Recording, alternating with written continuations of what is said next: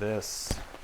So my whole entire waterfowl kit has gotten a massive, massive upgrade this year, and I'm beyond excited to take it all out.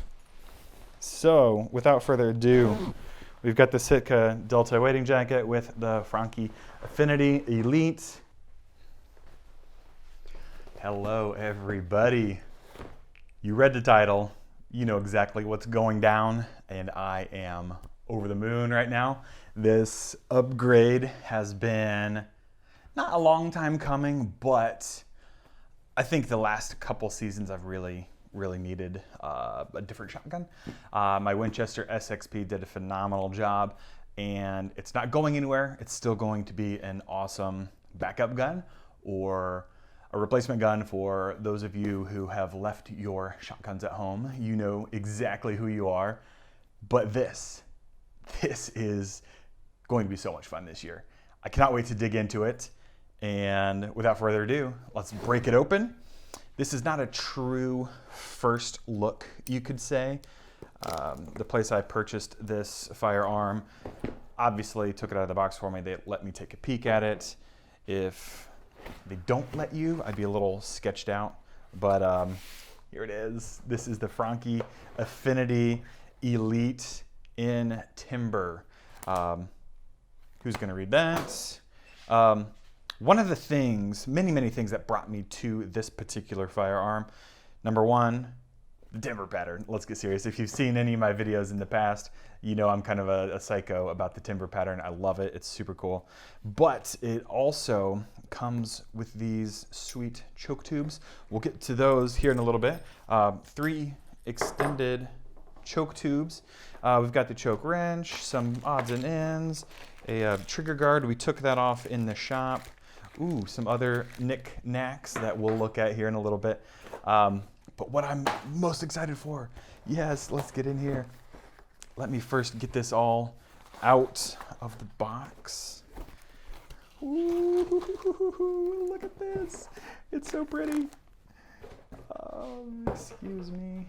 Oh my word. Let's start here. So we've got a nice looking finish. I'm not a huge firearms expert. I'm not at all a firearms expert. So excuse any lack of knowledge on specifics, specific terminology, specific coatings. I want to say this is blued, but you've read the descriptions on this particular shotgun. You're only here for the unboxing and to see me freak out a little bit. But oh my gosh, this pattern. This is looking so good. Let me put this together. Hang tight. Let me see if I remember how this goes here. So we'll take this off. We can't scratch it straight away. So this will go on the barrel like so. This will go on here like so. And I believe we want to open this up a little bit. Yes. And shimmy her down. Yes. All right.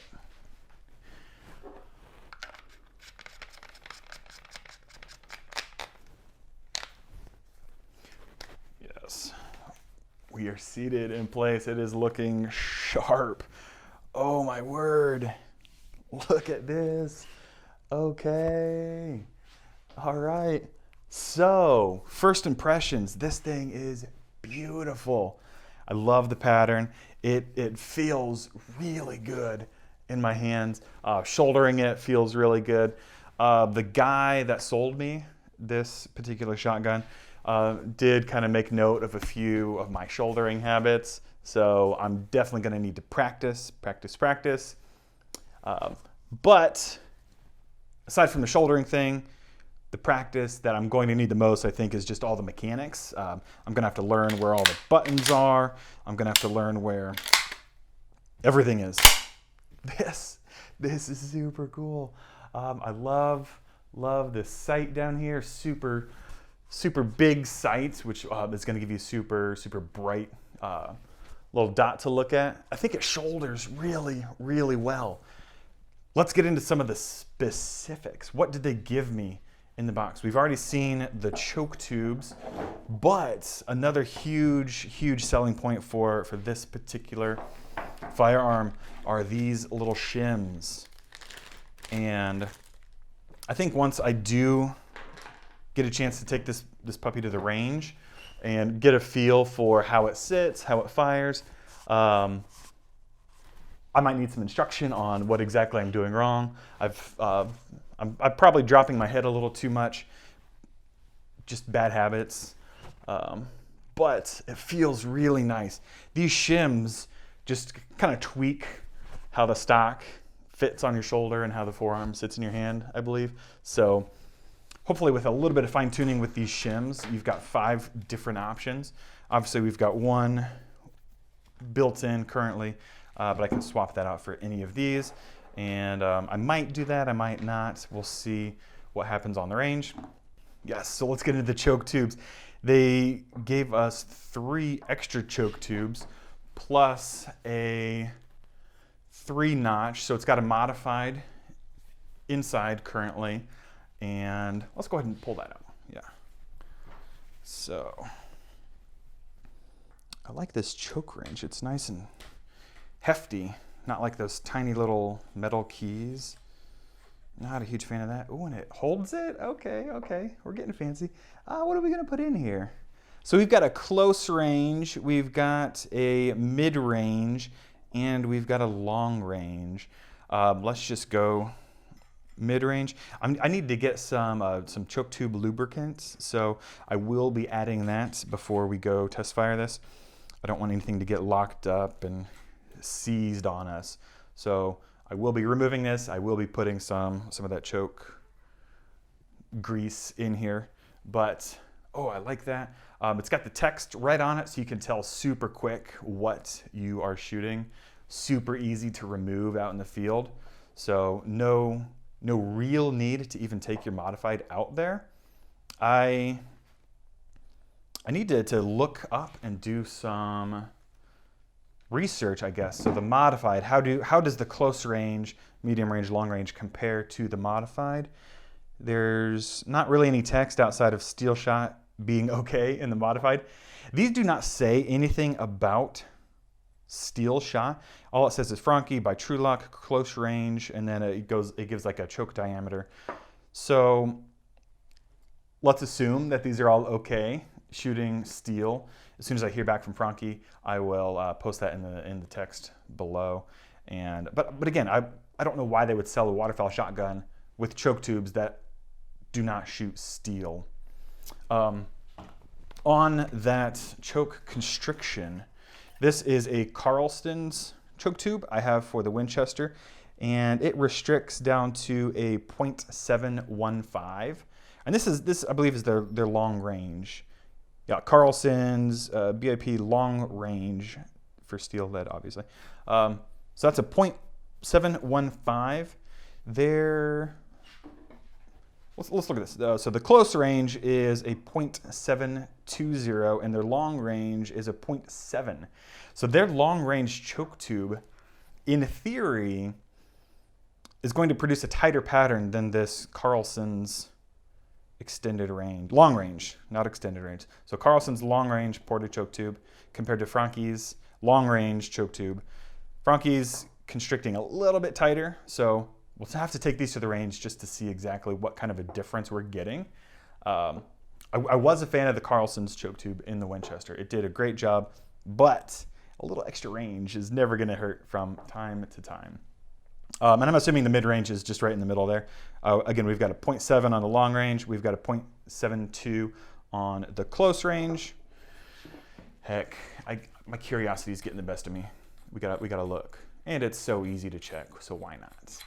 So their mid-range constricts to a 0.71. So what else am I excited for? Obviously, the semi-automatic is going to be super, super cool. The big features, obviously. You've looked at this shotgun. You know exactly what's going on. I did purchase the 3.5 model, so I can shoot the larger shells. In my mind, 3.5 is still, they produce it, so why not shoot it? I've heard mixed reviews. A lot of people love 3s. They say 3.5 is not necessary, but if you're out in the field and you run out of shells, you gotta borrow some from your buddy. He's only got 3.5s because he's a freak and his shoulder's just a brick wall. What are you gonna do? Are you just gonna sit there and watch him take birds? No. You're gonna wanna put his shells in your gun. So with the 3.5, I feel like it just gives me that much more flexibility. Also, if I go out turkey hunting and I wanna take this instead of the Winchester, it's more flexible. You know, I've got that option now. Let me grab my Winchester. Speaking of, you saw me assemble the Franchi straight from the box, so you know it's empty. My Winchester is completely empty here, so no need to worry. Comparatively, I do size. Okay, so we've got a little bit of a tiny little, like 1 inch, maybe a ½ inch beyond the trigger. So it does, right off the bat, it does feel really different. And the Franchi feels really good. I like the way, this pad, we'll see how the Franchi holds up, but this thing tended to get caught up on my jackets, specifically the rain jackets. So hopefully there won't be too much of an issue getting hung up. I'm running out of space. Winchester, okay. I'm also not going to put a strap on the Franchi. I think the strap just got in the way. Already, yeah, that even on this shirt, this feels really good. I like the extra space it's giving me. I think that is gonna be a game changer. I never replaced this. I just never, I guess, knew I should, or just never crossed my mind. But again, that little bit of extra space for me. I'm kind of a longer dude. I'm 6'2". I feel like my arms are a little bit longer than my torso appears. So I've got like a large torso, but I need extra long sleeves. So that tiny little bit helps a ton. It does feel a little bit lighter right off the bat. I don't have a scale here to tell, but if I had to assume, the Franchi is a touch lighter. So added bonus, walking all your gear out into the field, big plus. They're both 28-inch barrels. Again, they both shoot 3.5. So not a ton of differences I'm going to have to get used to. I guess one thing with the Winchester, I would always kind of fiddle around. You know, you're sitting there in the blind and you always want to be sure. So I'm always checking, hey, am I filled up here? And do I have one chambered? Am I ready to go? So I'm always fiddling. So when I start fiddling here, it's just going to be a different method of fiddling. Nothing too drastic to change. So at the end of the day, once you're breaking down and you're heading home, I wasn't that type of guy to just rack and eject all my shells this way. What I preferred to do was reach in here and there's a little clip. So you can press on that clip and just pull your shells out this way. That way, it's just less wear and tear on the actions and whatnot. I believe you can do the exact same thing here. I think I saw it. Yes, it's backwards, it's up here. But I want to say, yeah, there is that little clip. So I can, it's gonna be a chore. It's gonna be weird. I might have to do it backwards. But yeah, I don't have any shells here to test with. Just playing it super safe here in the studio. But I do want to say I can push that up, eject all my shells this way, versus just racking and pumping everything out that way. It's up to you. Yeah, it saves a little bit of stress on the mechanics doing it this way. It's not quite as fun pulling shells out via the little clip, but man, I am super pumped. Let me grab a jacket.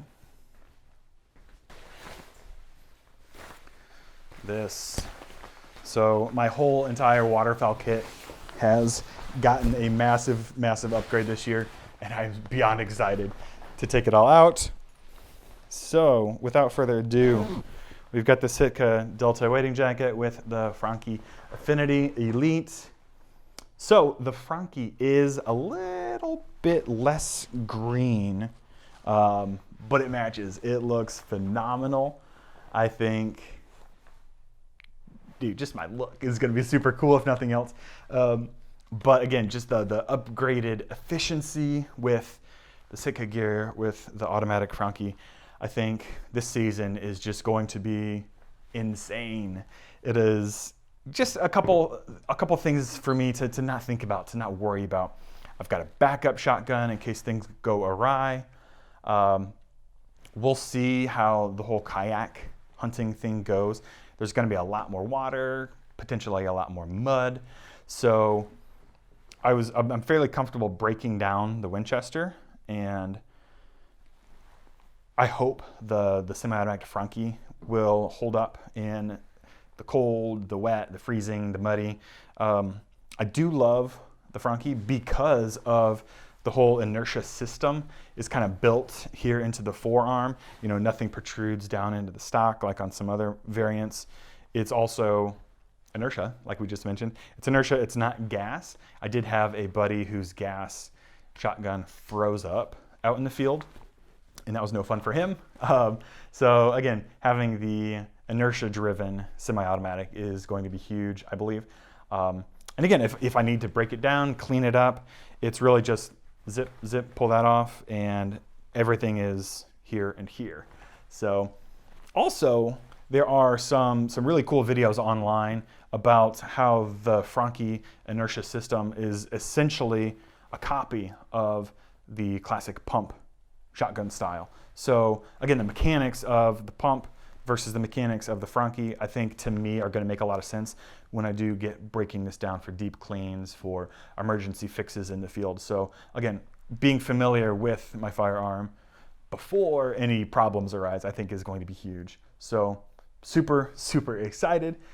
I guess my next steps are testing out these choke tubes. So we'll put the Winchester back where the Winchester goes, the Frankie back where the Frankies go. So again, testing out the choke tubes. You'll see me doing that most likely. I'm really, really excited to see how the Carlson long range is going to compare to the Frankie long range. Again, my predictions are the Frankie is going to be a little bit tighter than the Carlson. I'm also curious to see like exactly what do the ports do. You know, I've heard it takes down the recoil, but is it going to be something that I can tell? I don't know, but I'm too excited. Too excited, and we're gonna get this out in the field, and we're gonna test it, and we're gonna have so much fun. But until then, let's just look at it. Let's just look at this guy.